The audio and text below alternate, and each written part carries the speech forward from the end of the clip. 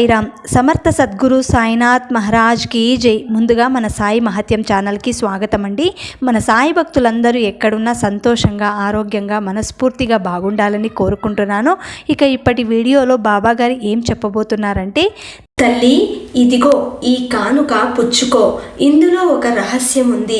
నీ మంచి కోరి చెబుతున్నా, జాగ్రత్తగా వినమ్మా అని బాబా గారు ఒక చక్కటి సందేశాన్ని ఈరోజు మనకు తెలియపరుస్తున్నారండి. జీవితంలో ఓడిపోయాను, ఎన్నో బాధలను దిగమింగుతూ బ్రతుకుతున్నాను, జీవితంలో ఎన్నో విషయాలు తెలుసుకున్నా కూడా నా బాధలు మాత్రం తగ్గడం లేదు బాబా అని బాధపడుతున్నావు కదూ. ఈరోజు బాబా గారు ఒక రహస్యాన్ని తెలియజేస్తున్నారు. ఈరోజు బాబా గారు అందిస్తున్న ఈ చిరు కానుకని ఎవరైతే పుచ్చుకుంటారో వారి జీవితంలో అనుకున్నది సాధించగలుగుతారు. ఎందుకంటే బాబా గారు తన భక్తుల పట్ల ఎంత ప్రేమని చూపిస్తారో అంత ప్రేమని మనం కూడా బాబా గారి పట్ల పంచాలి. శ్రద్ధా భక్తితో, సహనంతో మనం కూడా బాబా గారిని నమ్మినట్లయితే తప్పకుండా జీవితంలో మనం ఏదైనా సరే సాధించగలుగుతాం. కాబట్టి మన మంచి కోరి బాబా గారు తండ్రి స్థానంలో ఉండి చెబుతున్నారు, జాగ్రత్తగా విను తల్లి అని. కాబట్టి ఈరోజు బాబా గారు అందిస్తున్న ఈ చిరు కానుక ఏంటో ప్రతి ఒక్కరూ స్వీకరించండి. ఆ సందేశం ఏంటో వినడానికి బాబా గారు ఒక చిన్న కథని చెబుతున్నారండి. అందరూ తప్పకుండా వినండి. పూర్వం ఒక ఊరిలో ఒక గొప్పవాడైన పండితుడు బ్రాహ్మణుడు ఉండేవాడు. అతను ఒకరోజు పక్క ఊరిలో ఉన్న తన చిన్ననాటి స్నేహితుడిని కలవడానికి వెళ్ళాలనుకున్నాడు. అలాగే ఆ చిన్ననాటి స్నేహితుడు మూగవాడు, అలాగే తనకి ఒక కాలు మాత్రమే ఉన్న వికలాంగుడు. అలా ఆ పండితుడు స్నేహితుడిని కలవడానికి ఉదయమే బయలుదేరాడు. ఆ ఊరిని దాటాలంటే మధ్యలో 2 లేదా 3 ఊర్లు దాటాలి. అలా ఆ పని మీద అతను నడుచుకుంటూ బయలుదేరాడు. అలా వెళుతూ అతనికి మార్గమధ్యంలో ఒక వ్యక్తి కలిశాడు. అప్పుడు ఆ పండితుడు ఆ వ్యక్తిని పేరు అడగగా తన పేరు మహాకాలుడని చెప్పాడు. అప్పుడు ఆ పండితుడు ఎలాగో నడుస్తూనే వెళ్ళాలి కదా, అతనితో మాట్లాడుకుంటూ వెళ్ళొచ్చు అని అనుకున్నాడు. అలా ఇద్దరు మాట్లాడుకుంటూ ముందుకు వెళ్తున్నారు. అలా వెళుతూ ఉండగా మధ్యలో చిన్న ఊరు చేరగానే ఆ మహాకాలుడు పండితునితో ఇలా అన్నాడు, మహాత్మా, మీరు నడుస్తూ ఉండండి, నాకు ఇక్కడ చిన్న పని ఉంది, నేను ఆ పని పూర్తి చేసుకొని మిమ్మల్ని ముందు దారిలో కలుస్తాను అని చెప్పి అతను ఆ ఊరిలోకి వెళ్ళిపోయాడు. పండితుడు సరేనని చెప్పి ముందుకు కదిలాడు. ఆ కొద్దిసేపటికి ఆ ఊరిలో ఒక వ్యక్తిని పశువులు తొక్కి చంపేశాయనే ఒక వార్త వినిపిస్తుంది. ఈ వార్త వేరే వాళ్ళ వల్ల తెలిసింది. ఆ కొద్దిసేపటికే ఆ మహాకాలుడు మళ్ళీ వచ్చి బ్రాహ్మణులతో కలిసి నడుస్తున్నాడు. అలా ఇద్దరూ కలిసి నడుస్తూ ఉండగా చీకటి పడిపోయింది. అప్పుడు ఆ పండితుడు ఇలా అంటాడు, ఇప్పుడు చీకటి పడింది, మనం ఈ రోజు రాత్రికి ఈ ఊరిలో ఉన్న గుడిలో నిద్రించి తెల్లవారగానే మళ్ళీ ప్రయాణం మొదలు పెడదాం అంటాడు. అప్పుడు మహాకాలుడు, సరే నీవు అక్కడే ఉండు, నాకు ఈ ఊరిలో ఒక ముఖ్యమైన పని ఉంది, ఆ పనిని పూర్తి చేసుకోగానే వెంటనే నేను ఇక్కడికి వస్తాను అని ఆ వ్యక్తి ఆ ఊరిలోకి వెళ్తాడు. అతను వెళ్ళిన కొద్దిసేపటికి ఆ ఊరిలో పెద్ద నిప్పు అంటుకుంటుంది. అప్పుడు ఆ పండితుడు ఆ మహాకాలుడు వెళ్ళిన ప్రతి చోట ఏదో ఒక అనార్థం జరుగుతుందేమిటా అని ఆలోచిస్తాడు. కానీ ఆ పండితుడు మాత్రం ఆ మహాకాలుని ఏమీ అడగలేదు. పొద్దున్నే లేవగానే ప్రయాణాన్ని ప్రారంభించారు. కొంత దూరం వెళ్ళగానే ఒక ఊరికి చేరుకున్నారు. అప్పుడు ఆ మహాకాలుడు ఇలా అన్నాడు, నీవు ముందుకి నడుస్తూ ఉండు, నాకు ఈ ఊరిలో ఒక చిన్న పని పడింది, అది ముగించుకొని నేను ముందు దారిలో కలుస్తాను అని చెప్పి అతను మళ్ళీ ఆ ఊరిలోకి వెళ్ళిపోయాడు.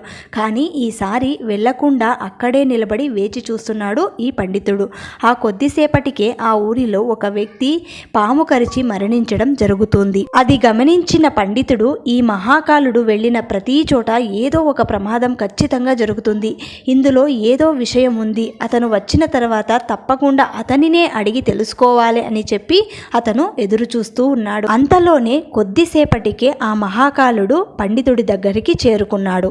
ఆ పండితుడు మహాకాలుడితో ఇలా అన్నాడు, చూడు, నేను నిన్ను గమనిస్తూనే ఉన్నాను, నీవు ఏ ఊరికి వెళ్ళినా ఆ ఊరిలో వెళ్ళిన కొద్దిసేపటికే ఏదో ఒక అనార్థం జరుగుతుంది, అంతేకాకుండా ఒక వ్యక్తి మరణిస్తూనే ఉన్నారు.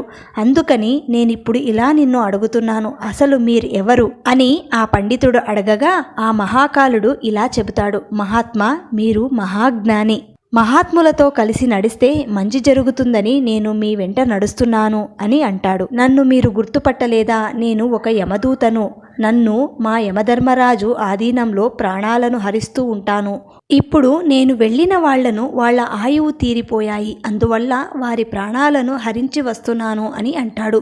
అప్పుడు ఆ పండితుడు ముందుగా కొద్దిగా భయపడినా తర్వాత ధైర్యం తెచ్చుకొని, నాయనా, నీవు నిజంగానే యమదూతవే అయితే ఒక విషయం నాకు చెప్పు.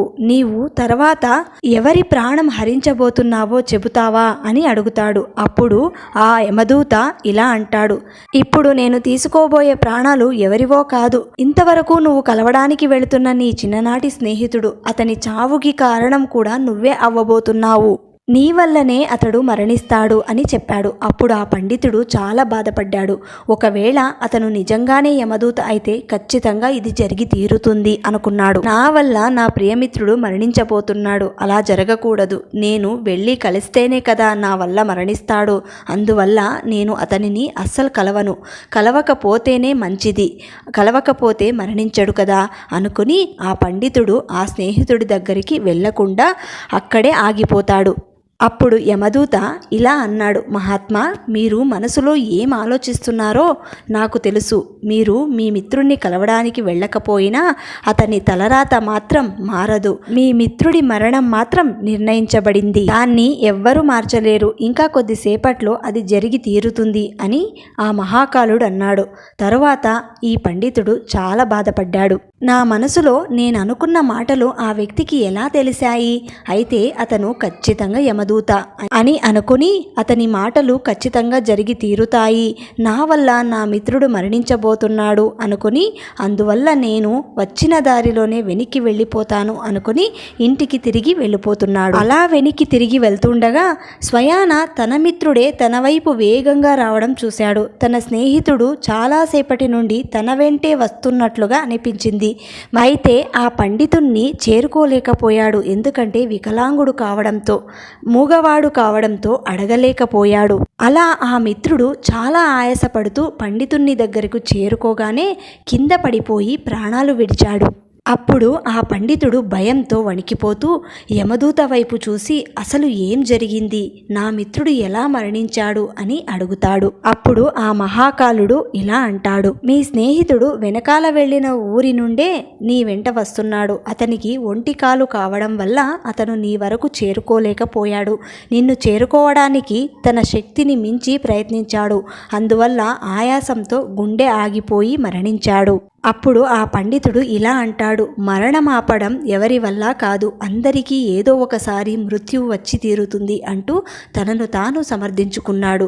అలా సమర్థించుకుంటూ తన స్నేహితుని దహన సంస్కారాలన్నీ పూర్తి చేస్తాడు. అప్పుడు ఆ పండితుడికి తన మృత్యువు గురించి తెలుసుకోవాలనే కోరిక కలుగుతుంది. అప్పుడు ఆ పండితుడు ఇలా అడుగుతాడు, ఓ యమదూత, నా మృత్యువు ఎప్పుడు ఎలా జరగబోతుందో నాకు వివరించండి అని చెబుతాడు. అప్పుడు ఆ యమదూత ఇలా అంటాడు, మహాత్మా, సాధారణ జీవులకు మృత్యువును గురించి ముందే తెలుసుకోవడం మంచిది కాదు. ఎవరైనా సరే తమ మరణాన్ని గురించి తెలుసుకుంటే దుఃఖాన్ని పొందుతారు. కానీ మీరు చాలా జ్ఞానవంతులు. అలానే మీ మిత్రుడి మరణాన్ని చూసి మరణం అనేది ఎవరు తప్పించలేరు అనే సత్యాన్ని తెలుసుకున్నారు. అందువల్ల నీ మృత్యువు గురించి నీకు తెలిసినా మీరు బాధపడరు. కాబట్టి అందువల్ల నేను నీ మరణ రహస్యం చెబుతాను. మీ మరణం ఈ రోజు నుండి సరిగ్గా 6 నెలలు, సరిగ్గా ఇదే రోజు ఒక రాజ్యంలో ఉరివేసి చంపబడతారు. మీకు మరణం అనేది సంభవిస్తుంది. ఆశ్చర్యానికి కలిగించే విషయం ఏంటంటే మీరు నవ్వుతూ ఆ ఉరిని స్వీకరిస్తారు అని చెప్పి ఆ మహాదేవుడు అక్కడి నుండి వెళ్ళిపోతాడు. ఆ తర్వాత ఆ పండితుడు కూడా తన ఊరికి వెళ్ళిపోతాడు. ఎంతటి పండితుడైనా తన మరణం గురించి తెలుసుకున్న తర్వాత ఖచ్చితంగా భయపడతాడు. కానీ ఆ మృత్యువును తగ్గించుకునే ప్రయత్నాలు చేస్తారు. సరిగ్గా ఆ పండితుడు కూడా అదే చేశాడు. ఆ పండితుడు గొప్ప విద్వాంసుడు కావడం వల్ల అతని కీర్తి ఆ దేశపు రాజుగారి వరకు తెలుసు. ఆ పండితుడు మహారాజు వద్ద గొప్ప గొప్ప జ్ఞానవంతమైన మంత్రులు ఉంటారు అనుకొని వారి దగ్గరకు వెళ్ళి తన గురించి జరిగిన వృత్తాంతమంతా వివరిస్తాడు. నా మృత్యుని తప్పకుండా రాజుగారు ఆపుతాడు అని ఆలోచించి మరునాడు ఉదయాన్నే రాజ్యసభకు వెళ్ళి జరిగిన వృత్తాంతం మొత్తం చెబుతాడు. అప్పుడు ఆ మహారాజు మంత్రుల సలహా తీసుకొని ఇతను చెప్పేది నిజమే అయితే సరిగ్గా 6 నెలల తర్వాత అది కూడా ఈ మరణం సంభవిస్తుంది అని గ్రహించి, కాబట్టి ఈ పండితుడు వచ్చే 6 నెలలు ఈ కోటలోనే ఉండాలని, దానికి కావలసిన అన్ని సౌకర్యాలు మీరే ఏర్పాటు చేయాలని ఆదేశించాడు. అంతేకాకుండా ఈ పండితుడిని ఎవరూ కలవడానికి వీలు లేదు, నాకు తెలియకుండా ఏది జరగకూడదు అని ఆదేశిస్తాడు. అలాగే పండితుడిని మాత్రం స్వేచ్ఛగా తిరగవచ్చని ఆదేశించాడు. ఎందుకంటే అతను బంధించిన వాడిలాగా ఉండిపోకూడదని చెప్పి అతనిని స్వేచ్ఛగా తిరగమని చెప్పాడు. ఇలా జరుగుతున్న కొద్ది రోజులలో ఆ పండితుడు మృత్యువుకు భయపడి ఆ కోటలోనే ఎక్కడికి వెళ్లకుండా అక్కడే ఆగిపోయాడు. చివరికి ఆ పండితుడికి మృత్యువు సంభవించే రోజు వచ్చింది. తెల్లవారితే మరణం సంభవించే రోజు. అప్పుడు ఆ పండితుడు ఇలా అనుకున్నాడు, నేను బయటికి వెళ్తే కదా నాకు మరణం సంభవించేది, నేను ఇక్కడే ఉంటాను, ఎక్కడికి వెళ్ళను అని అనుకున్నాడు. ఇక నేను మరణం తప్పించుకున్నట్లే అని ఎంతో సంతోషంగా ఆ రోజు రాత్రి చక్కగా నిద్ర పట్టేసింది. నిద్రపోయాడు. ఆ పండితుడికి నిద్రలో నడిచే అలవాటు ఉంది. ఆ విషయం అతనికి కూడా తెలియదు. అలా ఆ పండితుడు నిద్రలో నడుచుకుంటూ కోట బయటకు చేరుకొని ఒక గుర్రపు బండి మీద కూర్చున్నాడు. పండితుడికి ఎక్కడైనా తిరిగే స్వేచ్ఛ ఇచ్చారు కాబట్టి అతనిని ఎవ్వరూ ఆపలేదు. అలా అతను గుర్రపు బండి పైన వెళ్తూ ప్రక్కన ఉన్న రాజ్యంలోకి ప్రవేశించాడు. రాత్రి సమయం కావడం వల్ల అందరూ గాఢ నిద్రలో ఉన్నారు.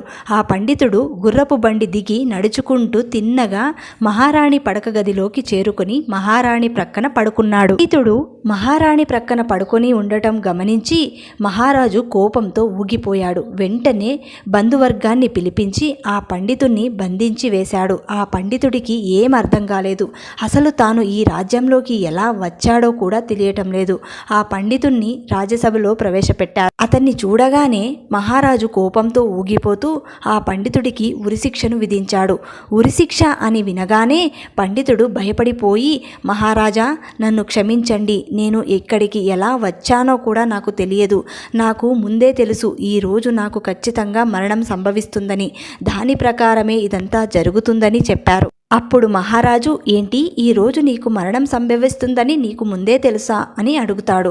అప్పుడు ఆ పండితుడు గత 6 నెలల నుండి జరిగింది మొత్తం చెప్పాడు. అది విన్న మహారాజుకు ఇదంతా నమ్మశక్యంగా లేకపోయినా ఆ పండితుడితో ఇలా అంటాడు, చూడు నీవు చెప్పేది నిజమే అయితే, ఆ మహాకాలుడు చెప్పింది నిజమే అయితే నీ చావుకు నేను కారణం కావాలి అనుకోవటం లేదు. ఒకవేళ నువ్వు చెప్పేది అబద్ధమైతే తప్పకుండా నీకు ఉరిశిక్ష తప్పదు అని చెప్పి పండితుడికి ఆశ్రయం ఇచ్చిన మహారాజు ఈ రాజుకు ఒక మంచి స్నేహితుడు కావడంతో తనకి ఒక లేఖ పంపించాడు. ఆ లేఖను తీసుకువెళ్లే భటులు సాయంత్రానికి తిరిగి వచ్చి, మహారాజా ఈ పండితుడు చెప్పింది పూర్తిగా వాస్తవం. గత 6 నెలలుగా స్వయంగా ఆ మహారాజు ఇతనికి ఆశ్రయం ఇస్తున్నాడు. కానీ ఇతను రాజ్యంలోకి ఎలా ప్రవేశించాడో అనేది ఎవ్వరికీ తెలియదు. అందువల్ల ఇతనికి ఉరిశిక్షను వేయటం మంచిది కాదు అని అంటారు. కానీ ఇప్పుడు మహారాజుకు పెద్ద సమస్య వచ్చి పడింది. మహారాజు ఏమీ ఆలోచించకుండా ఉరిశిక్ష విధించమని తీర్పు ఇచ్చాడు. ఉరి వేయకపోతే ఇతను ఇచ్చిన మాట తప్పుతుంది. అలా ఎప్పటికీ జరగకూడదు. ఒకవేళ ఉరివేస్తే ఒక అమాయకుడు మరణిస్తాడు అనుకుంటూ పెద్ద సంకటంలోకి పడిపోయాడు మహారాజు. అప్పుడు ఆ మహారాజు అందరి మంత్రులతో చర్చించి అప్పుడు ఆ మంత్రులంతా కలిసి ఒక ఉపాయం చెబుతారు. మహారాజా, మనం ఈ పండితుడికి సన్నని మెత్తని ఒక చిన్న దారంతో ఉరిశిక్షను అమలు చేద్దాం. మీరు ఇచ్చిన తీర్పు అమలు అవుతుంది. అలాగే ఆ పండితుడికి కూడా ఏ ప్రాణహాని జరగదు అని చెప్పారు. మహారాజుకు కూడా ఈ ఉపాయం బాగా నచ్చింది. అలాగే చేయమని ఆదేశిస్తాడు. అప్పుడు అతని కోసం మెత్తని సన్నని దారాన్ని కట్టి ఉరి తగిలించారు. అందరూ సంతోషంగానే ఉన్నారు. ఎందుకంటే పండితుడు కూడా మరణించడు. మహారాజు తీర్పు నిలబడుతుంది. పండితుడుకు కూడా సంతోషంగానే ఉంది. ఎందుకంటే ఇంత సన్నని దారంతో మృత్యువు లభించదు అని సంతోషపడ్డాడు. అందరూ చూస్తూ ఉండగానే ఒక పెద్ద గాలి వచ్చి ఆ సన్నని దారాన్ని తెంపేసింది. దాంతోపాటు పండితుడు నేల మీద పడిపోయాడు. ఏం జరిగిందని అందరూ వెళ్ళి ఆ సన్నని దారాన్ని చూడగానే ఆ గాలి వేగానికి ఆ సన్నని దారం తెగి పండితుడి గొంతుకి తగిలి అతనికి ఎక్కువగా రక్తస్రావం జరగడంతో అతను అక్కడికక్కడే మరణిస్తాడు. చివరికి మహాకాలుడు చెప్పినట్లుగానే జరిగింది. అందరూ ఆశ్చర్యపోయారు. ఇంత సన్నని దారంతో మరణం ఎలా సంభవించింది అని అందరూ వింతబోయారు. అయినా మృత్యువును ఎవ్వరూ ఆపలేరు. మరణ సమయం నిశ్చయం అయిన తర్వాత ఎన్ని ప్రయత్నాలు చేసినా దానిని ఎవ్వరూ తప్పించలేరు అని అనుకున్నారు. పండితుడికే తన మరణం గురించి ముందే తెలిసి ఉండకపోతే ఈ 6 నెలలు తను ఇంత భయంతో బ్రతికేవాడు కాదు అని అందరూ అనుకున్నారు. దీన్ని బట్టి బాబాగారు ఏం చెప్పబోతున్నారు అంటే, ప్రతి మనిషికి కూడా ఒక మనిషి సాయమే కావాలి. అది కూడా భగవంతుని ఎవరైతే పూర్తిగా నమ్ముకొని ఉంటారో ఆ భగవంతుడు ఒక మనిషి రూపంలోనే వచ్చి నీకు సహాయం అనేది అందిస్తాడు. అది ఎప్పటికీ నువ్వు గుర్తుంచుకోవాల్సిన విషయం.